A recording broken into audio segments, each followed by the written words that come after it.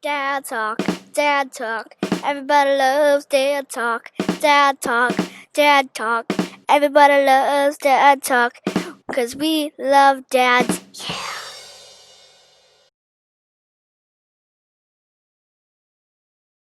Hi, and welcome to the second episode of Dad Talk. I'm James Whitehead, and I'm a NICU dad. My daughter Tessa was born at 28 weeks in the NICU at the IWK about 7 years ago, and now I volunteer with several other past NICU dads as a parent partner to connect with parents and particularly dads who are currently going through a NICU experience. One of the things that myself and several of these other dads, these other NICU dads, found was that during our time in the NICU, there wasn't a whole lot of support for dads. There wasn't even really a whole lot of people that we could talk to who had been through like a similar experience. So we started getting together once a month to connect with dads in the NICU as a way just to give them someone to talk to who's been there and give them whatever support that we could. So then we started Dad Talk during COVID-19 lockdown to try and connect with dads even though we couldn't be with them in person. And our first Dad Talk was on Father's Day, and the response from that has been really great. The format for Dad Talk is essentially just a conversation between dads, some NICU dads, about our experiences in the NICU, life in the NICU, how we deal with it now, and how we dealt with it back then. We also often have one of the neonatologists join us just to give us some of the medical perspective as well. We had some technical difficulties while we were recording this episode of Dad Talk, and so we lost the first section of the video where we were introducing ourselves. So I'm just recording this to introduce everyone to you and introduce the episode. So joining me in this episode is Sean Smith. He had a little boy in the IWK NICU who was born at around 24 weeks. And Alex Layton is also joining us. He had a little girl born at 32 weeks in the IWK NICU. And then we're also joined with Waleed Al-Nagar, who he had a little girl born in the NICU in Toronto. Waleed is also a neonatologist at the IWK, and he was working during his time in Toronto, and so during that time when his daughter was born in Toronto, and so he comes at it from both perspectives, from the perspective of the medical side, but also as a dad, and so he had a really interesting perspective on this conversation. Our topic for this month is how to balance life in the NICU and life outside the NICU. One of the things that we found during our NICU experiences was that we were constantly going back and forth between the NICU, which is its own little world, and then like the real world, and paying bills and looking after the house and going to work and dealing with people outside of the NICU, maybe even looking after other children or pets or just all the stuff that happens as life continues on. And then we were going back and forth between that and the NICU, like I said, where it's like its own little world. That's how it always felt like to me. And so this is the conversation that we had. And we covered a lot of different aspects of it. I know we didn't cover all of them, but we hope to revisit some of those maybe in a later episode. But this is the conversation that we had, and I hope you find it helpful. Into what we kind of wanted to jump into in terms of a topic for tonight, or today, depending on when people are watching this. But is that what we kind of wanted to talk about was looking at the balance between being in the NICU and home life, like balancing between those two things, because I think we've talked about this before, either as a group or we talked about it a little bit in the last Dad Talk that we did, but when you're a dad in the NICU, we experience that whole thing different than the moms do, because for us, we're often going back and forth more than the moms are. At least that was my experience. And I know, even dads who are in the NICU now and parents who are in the NICU who are watching this, you're probably having your experience. There's similarities. There's always going to be similarities between what a NICU experience is like. Like, we all talk about things. We're like, yeah, that was the same for me. But then there's other things that are completely different. And we're like, yeah, my experience was very different in that regard. And so everybody's journey is different. And what brings us all together is the fact that we're in the NICU. But I think like I said, for me, going back and forth between the NICU and the outside world was a huge part of my experience. And it was, you're bouncing back and forth between these two different worlds. And so, I wanted to, Alex, I want to get everybody's perspective on this. But I wanted to maybe start with you, Alex, just because I know you had a child at home, at the same time that you had a child in the NICU. And there was people in the NICU when I was in, that there was a couple of people who had that scenario, but I didn't have that. This was my first. Sean, I know that you said that was your first. Waleed, was it your first as well? You have to unmute though. There we go. No, it was my second, and I was in Toronto with no extended family, and so I had to deal with the first one, right, and the work at the same time, and then take care of my wife and my daughter in the NICU, all together, which was huge. Yeah, no kidding. So you and Alex kind of have a bit of a different perspective from Sean and I, because I think Alex, you had a child at home, you said as well, right? Yeah, Alyssa, she's 2 years old. I'm just conversing with Carrie here just to make sure I get everything right. I don't want to be wrong.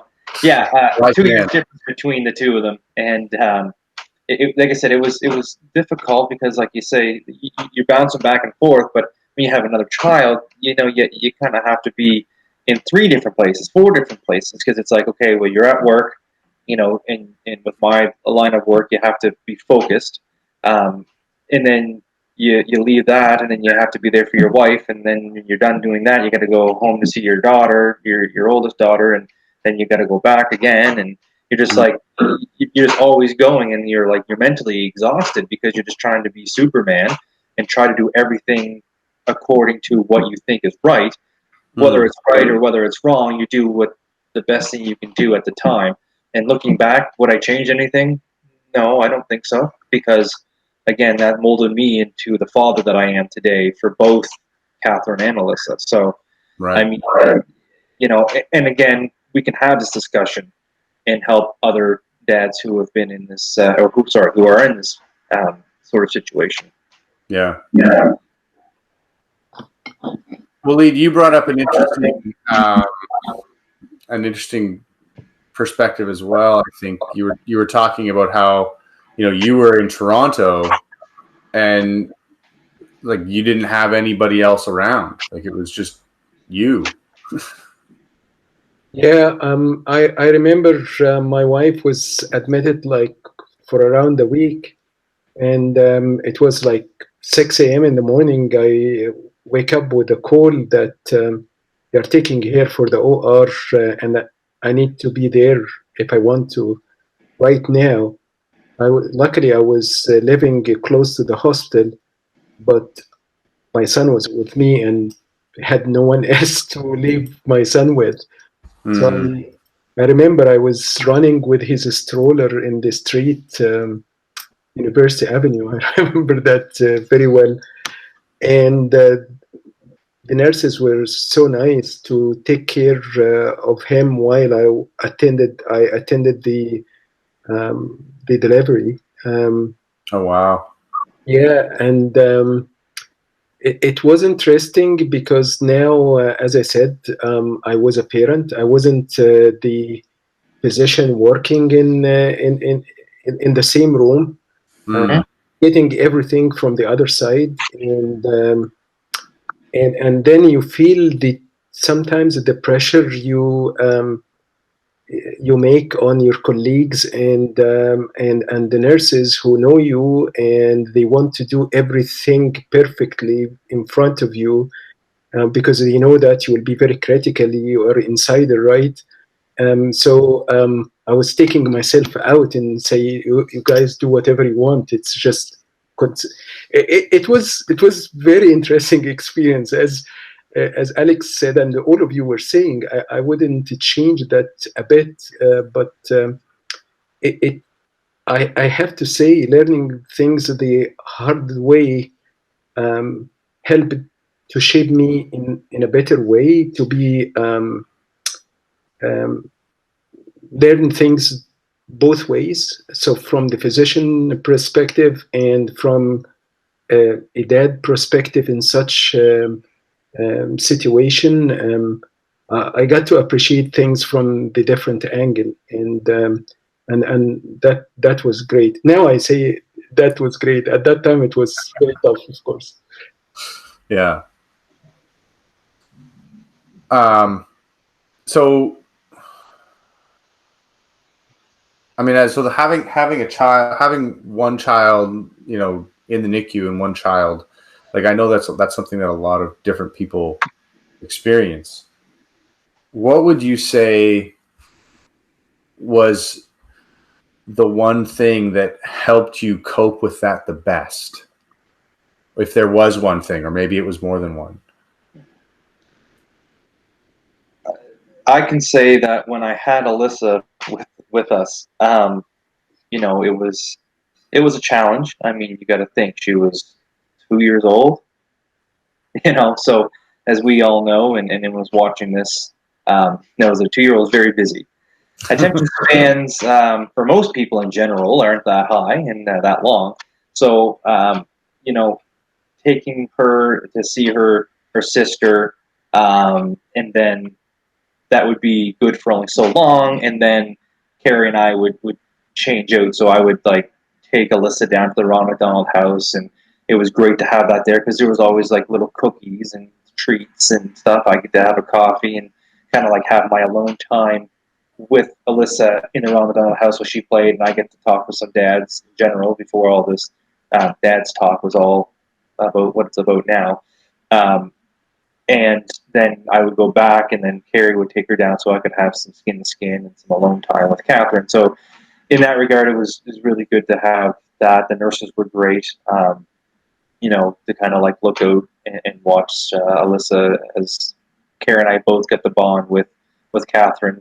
So it was kind of great to have all that combination together to be able to, you know, unify our family, I guess. Yeah. How about you, Willie? Well, so the first thing I was trying to figure out, the main challenge is what to do with my son, who can look after him while we are both in work and in the hospital. Um, Luckily, I got people who were very helpful, and I went to daycare beside our home, and my son was 2 months below their minimal accepting age, and they made an exception for me, and they, knowing what I'm going through, and they accepted my son, so that secured the day for both of us. And then you get very good support from the nurses around, and the other colleagues and physicians. So they made things easier. I felt like you get an extended family with all the care and love and the passion you get from all people around you. I have to say, one of the nice things about the NICU, and I'm not saying that because I'm working there, but I always felt that people are very passionate, and they want to make you feel as your they are like your big family there, and they want to help in any way, want to make your things, your life easier. Mm. I would like, I would love to, I would like to think that that all of you had the same experience as well. But this is what I felt as a dad at that time.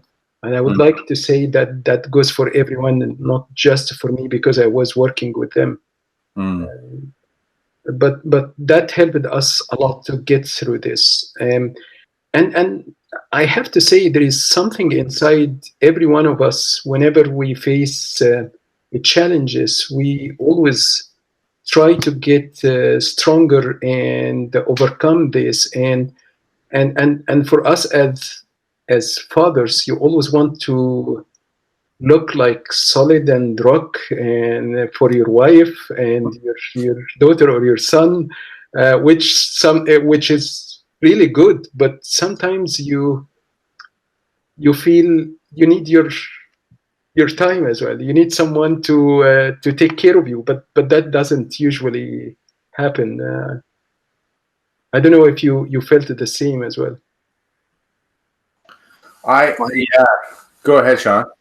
I think we all have comments on that one. Yeah, I mean, my wife and I felt the same about the nursing staff when they were there. Just it was it. You really have to be an incredible person to want to work in that environment and to work in that environment, really, because you have to want to be there because it's a difficult environment to be in. And the nursing staff, when we were there, were just phenomenal. And like you said, they knew how difficult the situation was that you're going through, and they wanted to be there for you, and they wanted to be a support for you. And I mean, in my experience, they did a just tremendous job. Mm. I mean, I did not have a child. This was my first child, so I was there in the NICU quite a lot, and so they were a huge part of my support network while my son was in there. And just I don't know if I would have been able to get through this experience without the nursing staff that we had. Mm. Yeah, I would agree with that. I mean, the nurses and just all of the support staff, not just the nurses, but that's one of the things about the IWK that I found. You know, most of the time, the nursing staff was there for you when you needed it, when you had questions, when you had something that you didn't know how to deal with. Even if they didn't know how to deal with it either, they were willing to try and help you find the answer. I think for me, my experience, this was our first child, like Sean, and for me, a lot of it was like we're talking about supports. Like what I'm kind of hearing from everybody is the amount of support that was there, even in situations like Waleed, where you were, in a place where you didn't have any extended family, and you had this extra extended family that seemed to kind of come around you. And I think, for me, I think a lot of what I was going through was I had some extended family that was there. My wife's family was all there. And then there was also the place where I was working at was extremely gracious. And I found out afterwards that my manager had been told by her boss to give me very little work to do. And so for the first, they basically gave me a whole bunch of time right at the very beginning. And they just said, just go and be where you need to be and come back when you can. And I was very fortunate to work at a place where that could happen. And then, and then I found out later that I was getting all frustrated because I'm like, I'm not getting any real work. I have barely anything to do. And I found out later it was because they had been instructed to do that. So that was a huge, blessing for me. But I know there's also a lot of people who struggle with that work balance. There's a lot of guys that struggle with that work balance who they don't have a work situation where, their work is like, yeah, take as much time as you need, go look after your family. And so I want to kind of throw that question out to you guys and just see what your guys's experience was between, because I know there's sort of home life and NICU, but then there's work life and NICU. And Alex, you kind of talked about this a little bit, where you have to be Superman, you have to be in all these different places and be all these different things all at the same time. And at the same time, you have this huge thing that's going on in this other world that is the NICU. Yeah, pretty much. I mean, I was fortunate that when Carrie ended up going into labor early, I was able to take some emergency days, and then it just rolled into my parental leave. So that was because she was a stay-at-home mom with Alyssa, so then I got to take the full parental leave. So it was all hard to deal with in the beginning, just because of all the everything that was going on with Carrie and the horrible pregnancy that we went through, but an unexpected pregnancy. But then after I was able to work around not like having a parental leave, it was a lot less stress to have to do that whole balancing act. It was one thing off my plate that I didn't have to deal with, but still having to deal with, having Alyssa and running around and doing the things that needed to be done. Yeah. What was your work experience like, Sean? I had a bit of fight with work at the start of things. For the first few days before my son was born, my wife was admitted. I had to kind of argue with them. They kept saying, "So you come back tomorrow? You come back tomorrow?" I'm telling them, no, that's not going to happen. I have no idea what's going on right now. So I had to just tell them, well, I don't know if my child is going to live or die. So you need to accept that answer. And I don't know when I'm coming back to work. They kind of started to listen to me more seriously after I told them that pretty flatly. Then after my son was born, fortunately, they're more understanding at that point, and they allowed me to go on leave at that point. So I'm very fortunate in that sense that I was able to take the time off while my son was in the NICU, and I was able to be off the whole duration of that. So I was very fortunate in that regard. That I didn't have to deal with that one extra thing to juggle, because I mean, that's kind of what I'm hearing from all of us, is that you have to wear a lot of hats during this. You have to be still the provider at home. You have to take care of everything at home, like your family that still wants to see you at home, the family that wants to have updates and know what the status of you, your child, your wife is, and your pets at home, and all these things. And I was lucky to have one less thing on my plate, but still a lot of hats and a lot of balls in the air to be juggled at once. Yeah. I was just thinking while you were talking, Sean, like there's a lot of stuff that I had to kind of let go of, that normally we would be like, yeah, this is stuff that normally I would have to be doing as a dad or as a first-time dad. So for me as a first-time dad, we didn't get to, put together our nursery because things happened so quickly. We didn't get to go to any of the, we had signed up for like those Lamaze classes or birthing classes. We were all signed up. It was in our calendar, and we were like halfway, almost 3/4 of the way through our stay at the NICU. And the alert came up on my calendar that it was time to go for birthing classes. I'm like, we're past that, like by 2 months. but there was a lot of stuff that,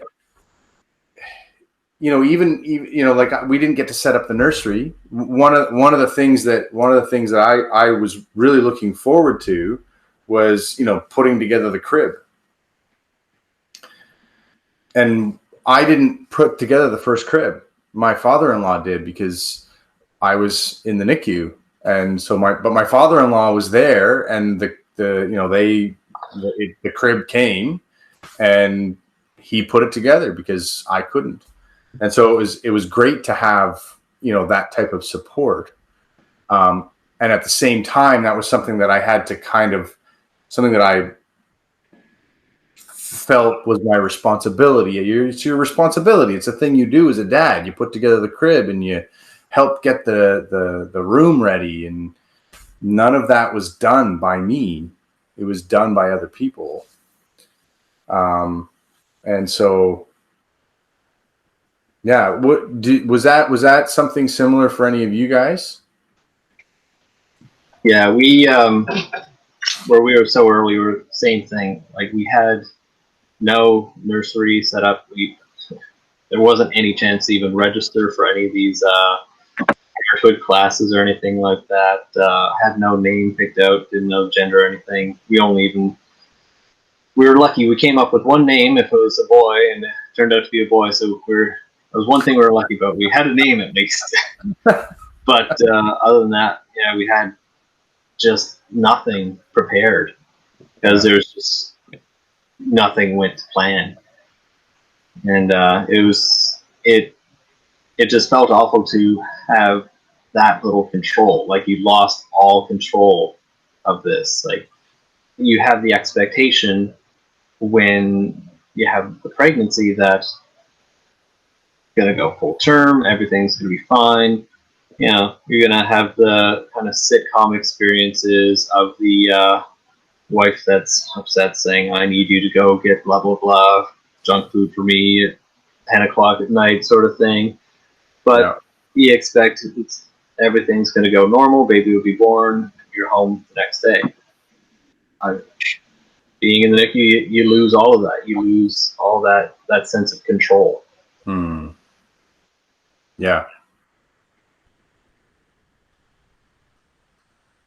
So how do you I guess how do you, like, for people who are watching, how do you balance that? Because that's something that's a common, like we were kind of talking about, there's things that are common to everybody in the NICU, and then there's different experiences. And I feel like that sense of that loss of control is something that's common for a lot of people in the NICU.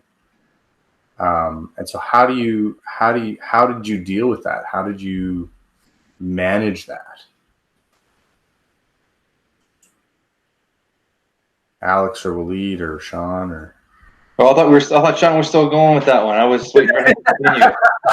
You're doing a great job, Sean. Keep it up. A little bit.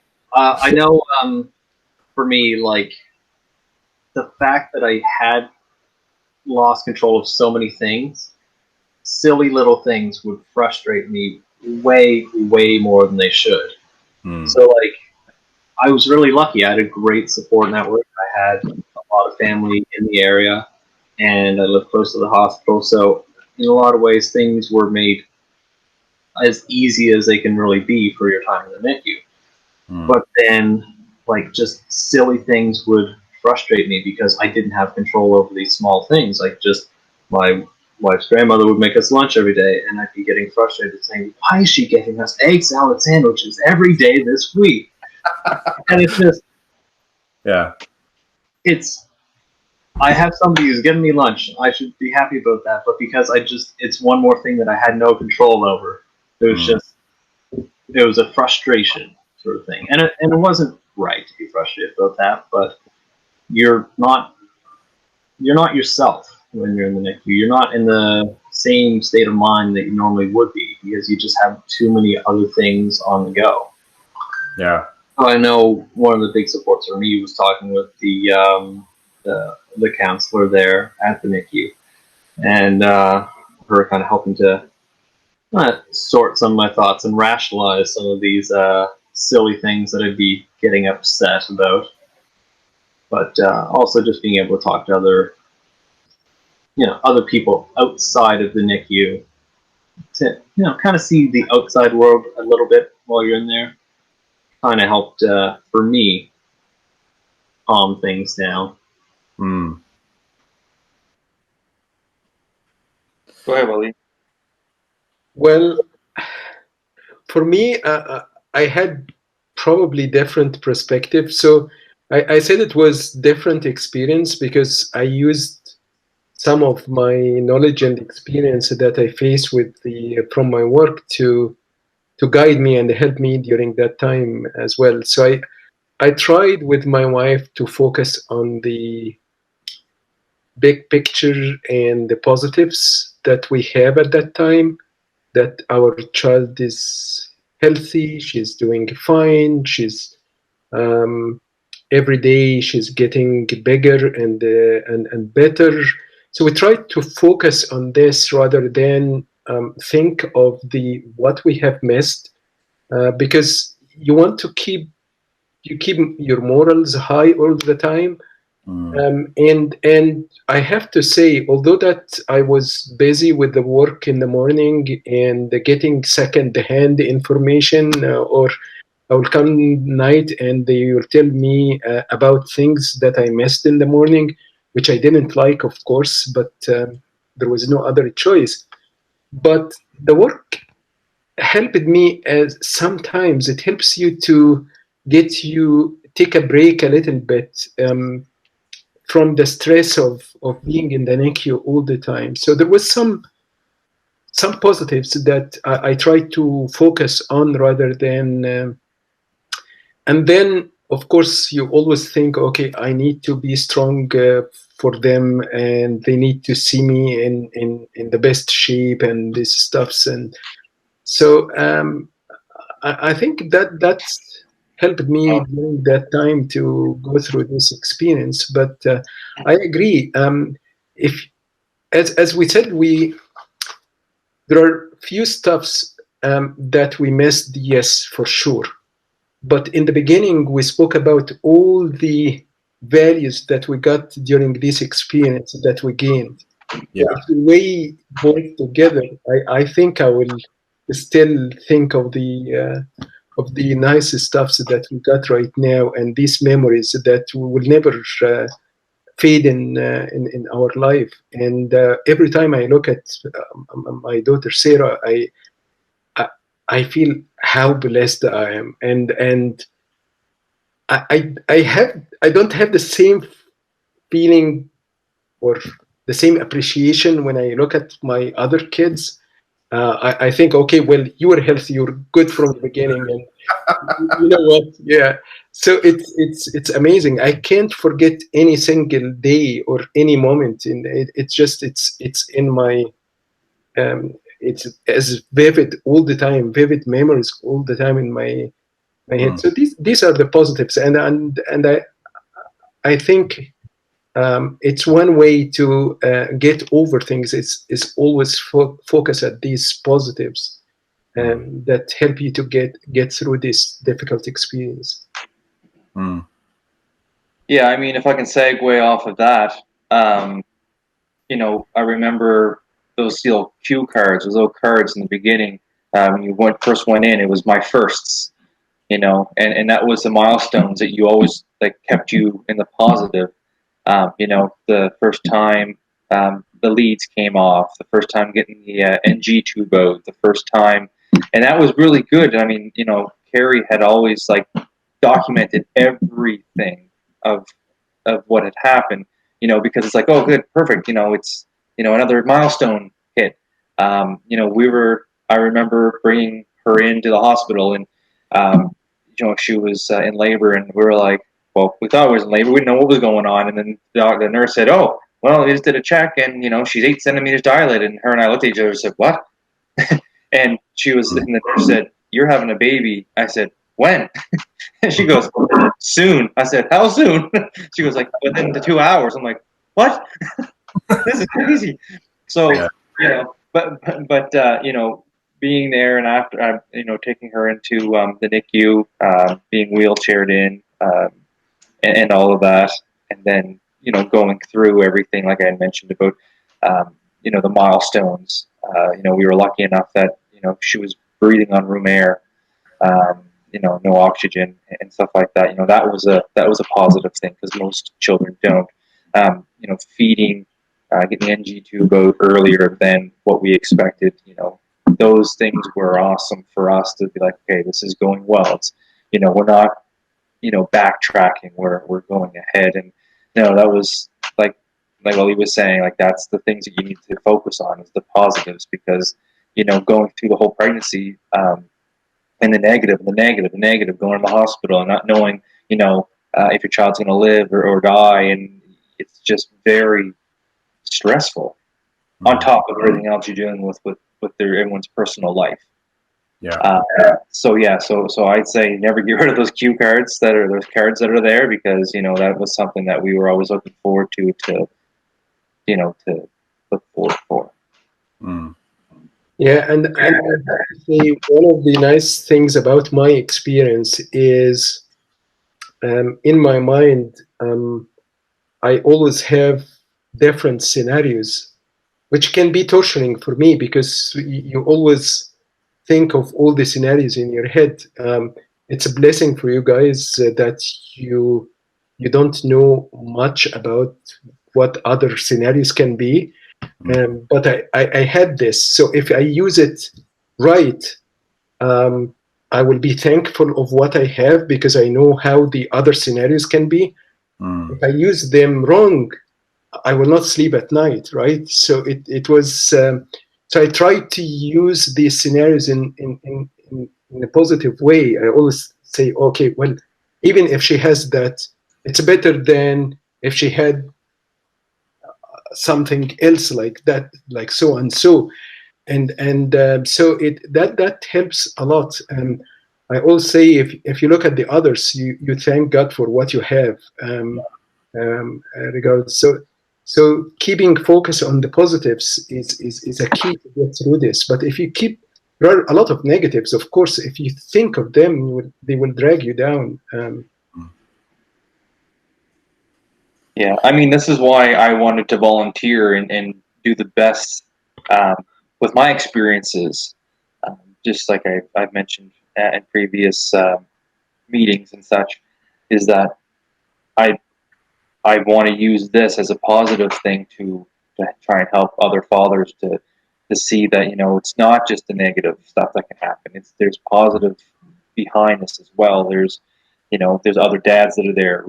Just connect with them, talk to them, see them in the hallway going up and down. Just say, hey, how are you? Start small conversations that could lead into something more later on.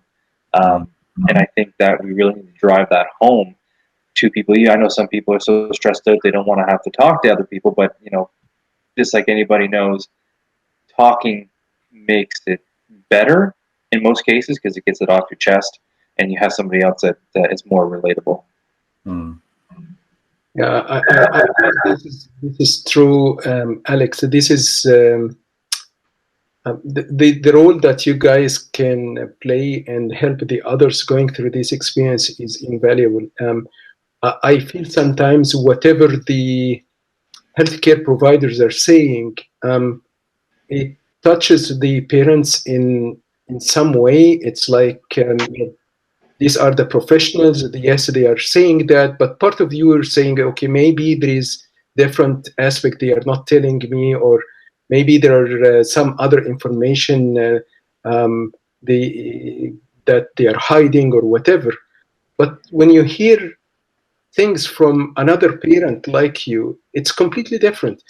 And not only that, the interests and the significance of things can be different as well, from the parent perspective, from the other healthcare perspective, because we always, as healthcare providers, we mainly focus on medical things, and whether we like it or not, or we don't have time to, or we don't have the experience with, the other life things we may not talk about, or we may not have the experience about. But you get this aspect from other parents. Yes, you say, yeah, we felt it the same like you at that time, and here's what we have done. Or yes, we didn't know that what to do when we take her home. Or with the first time, I was surprised with things when I took my daughter home that I didn't think of them as a physician. For example, when I would go during the night time and try to hold my daughter, and I want to look at her eyes, and I want her to look at me, and the lights were on, and I was, why, for God's sake, why you are keeping the lights on at that time? It's you're not, there's no procedures or anything, and I want my daughter to look at me, and she can't open her eyes because of the lights. I never paid attention to that as a physician. There are more important things, right? You think of this way, but for a parent, that's very important for me. So you get to, as a parent, you provide completely different experience and perspective to the other parents than the healthcare providers, for sure. So the budding program is amazing, and all the parents appreciate it. And I think it's great that we also have this dads group, because we feel, I guess that a lot of dads feel that they have their own issues that they are not addressed, like the mothers who are staying there all the time, and even I'm guilty in this. Like anyone during the rounds, everyone is looking at the mom and talking to her, and the dad, as if the dad is okay. You're here to support the mom, You're not part of me. We're going through it too. Yeah, all been there. Yeah. Yeah, so that was interesting. So I really appreciate that you guys are volunteering to do that, because and a lot of dads have a lot of things inside that they feel embarrassed to get them outside, because they always want to look as, I'm strong, I can do this, I can be a shoulder, but everyone has his own needs, or as well. So it's good to hear it from another dad. I think that's a really good point, Waleed, that as a dad, part of for me, part of what I felt my role was to support Leah, to be there to, make sure that she had everything that she needed and everything that Tessa needed as well. And so you're looking after both. And so you're looking after your wife, but you're also there to look after your child. And so there's this dual role that you have. And I didn't really expect Leah to do anything for me in that regard, because all of her, we kind of talked about it. She's like, all I have is for the baby right now. And I'm like, then do that, because that's the world we're in right now. Yeah. And I think that's maybe another dad talk, is talking about that whole relationship and how that works. But at the same time, while you're having to be strong, because you are going back and forth between the real world and the NICU world. And I know I keep kind of talking like it, but I always felt like when I walked into the NICU, I was walking into a Twilight Zone almost.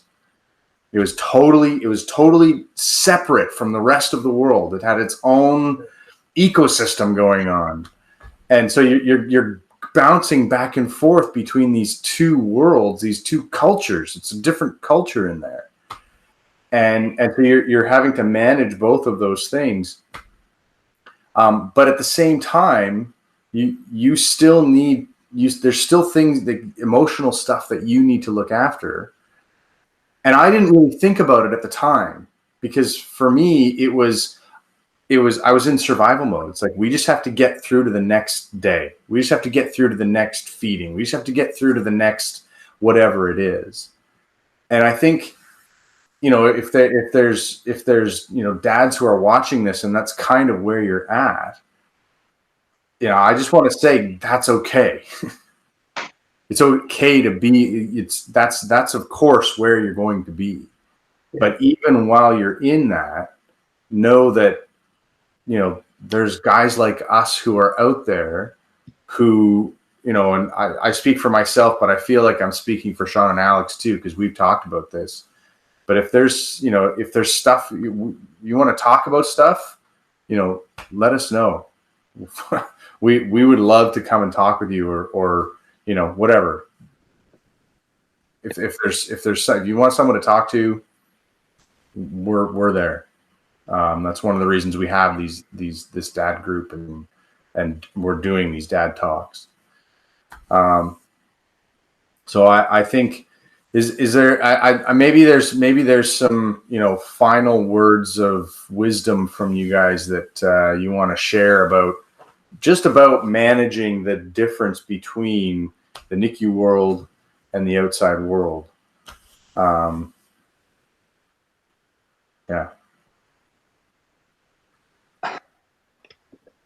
Alex, Can you start? Okay, I'll go first, I guess.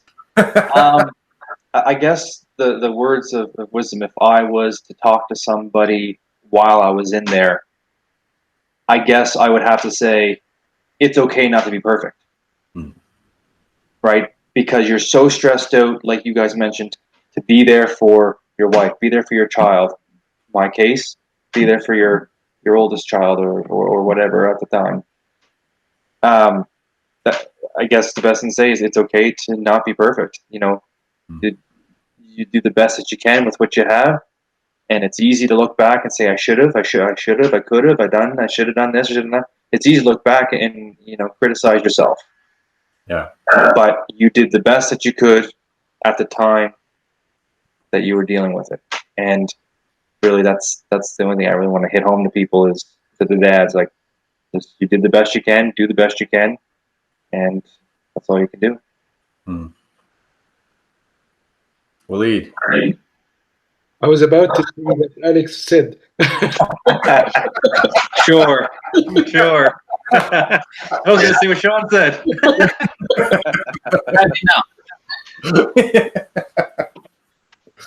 Yeah, I think it's. I totally agree. I kind of felt it was too much for the for the dad. The whole experience. It's hard to maintain the balance between playing all these roles. You have a work to do in the morning. You have to support your wife. You have to put food on the table as well. You have to take care of the other child if there is another child there. You need to go to the hospital to check on your baby and and spend some time. And I would sometimes say that you forget even to enjoy this time because you're so occupied and so busy, and you don't have this enjoyment time as you would like. And I didn't have the experience at the time to have this skin-to-skin care. It wasn't that well experienced at that time or well researched at that time. But it's so you have a lot of rules to do, and no one expects you to be to do everything the right way. And just it's okay to try to do what you can, and as I said before, just focus on the positives, and without, as Alex said, try to be perfect. That's I think that's the most important thing, because every one of us want to do everything right, everything just right, and that puts huge stress on us. And at one point, you can feel that you will break down. It's too much, right? Yeah. Sean. I mean, you guys hit it on the head. And I mean, I just add to that, it's okay to not be okay with what's going on. It's not the ideal. It's not where you should be at this point. You should still be at home with the pregnant wife, not in the NICU with your preterm or other complications child. But as odd as it sounds, try to see some of the positives in it. One of the big positives that I found for myself was, I mean, my son was in there for 114 days. So by the time we went home, I knew who my son was. I knew his cries for different things. I knew his behavior, and I got to go home with this newborn, and I got to know who this child is. Which it sounds like a weird thing to look at any part of the NICU as a positive, but I would then look at my friends coming home with full-term babies and just in and out in 24 hours and think, you don't know this child at all. You don't know how to handle this kid. Like, how you are not prepared for this. But yeah, know that you're not gonna do everything right, but that's okay. You're gonna do the best that you can, and that is good enough. And try to see the positives. They might be hard to see. They are hard to see at the time, but try to focus on the positives. Yeah, and I will add to that as well. It's okay to seek help, because a lot of us feel like embarrassed to do that, and because as if we have to be perfect, as Alex was saying. But if we accept that, provided that there is always need for support for the mother, because she has gone and she's going through a lot. I don't find a reason why not to have that for the dad as well. I would say most of the programs focus on the mother, which is well understood.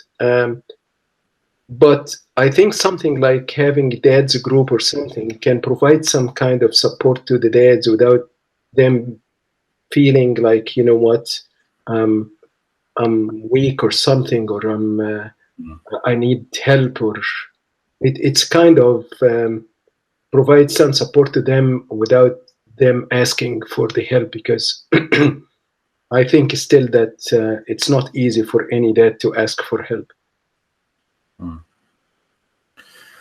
Yeah, I think to just go off that, Waleed, I mean, I agree with what everybody's saying. It's okay not to be okay. It's okay to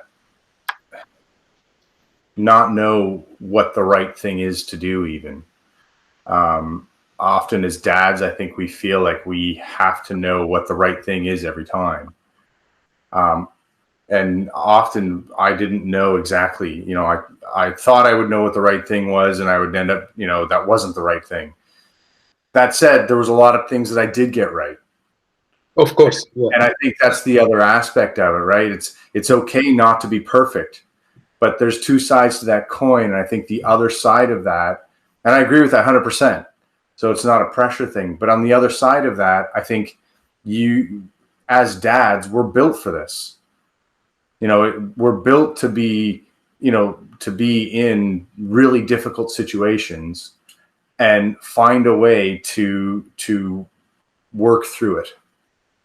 And I think that's one of the things that I found really helpful to think about while I was going through it. Because I was in survival mode, and you're in survival mode, and it's okay to be in that survival mode.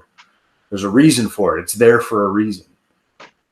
But you're built to get through it, and there's something awesome on the other side of it.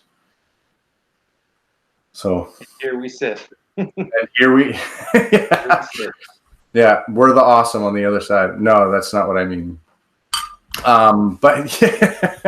But yeah, that's not what I meant. What I meant. Let me clarify. Let me clarify that. I'm bugging you.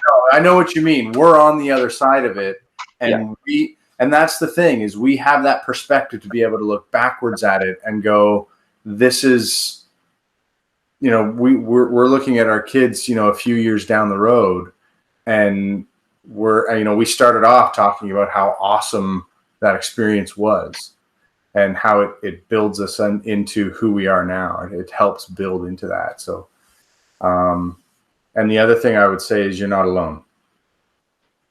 It sounds cliche, but it is so true.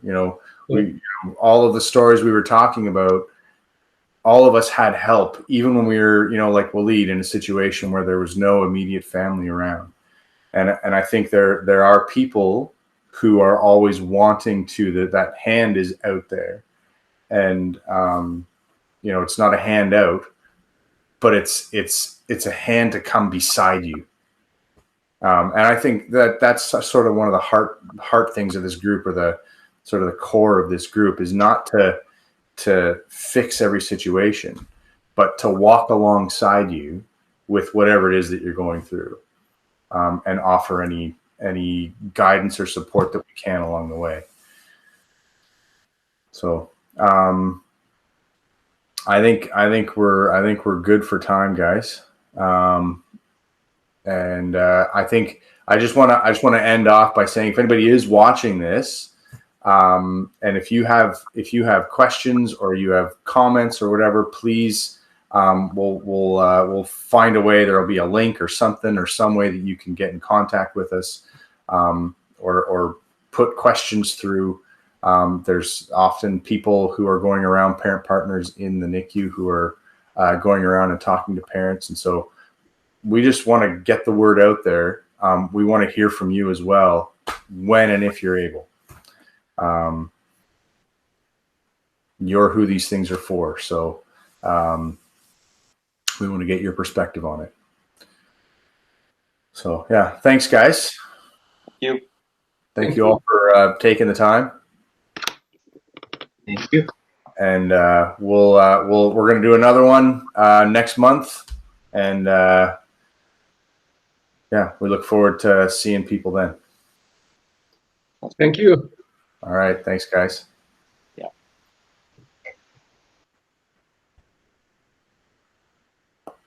Dad talk, dad talk. Everybody loves dad talk, dad talk, dad talk. Everybody loves dad talk, 'cause we love dads. Yeah.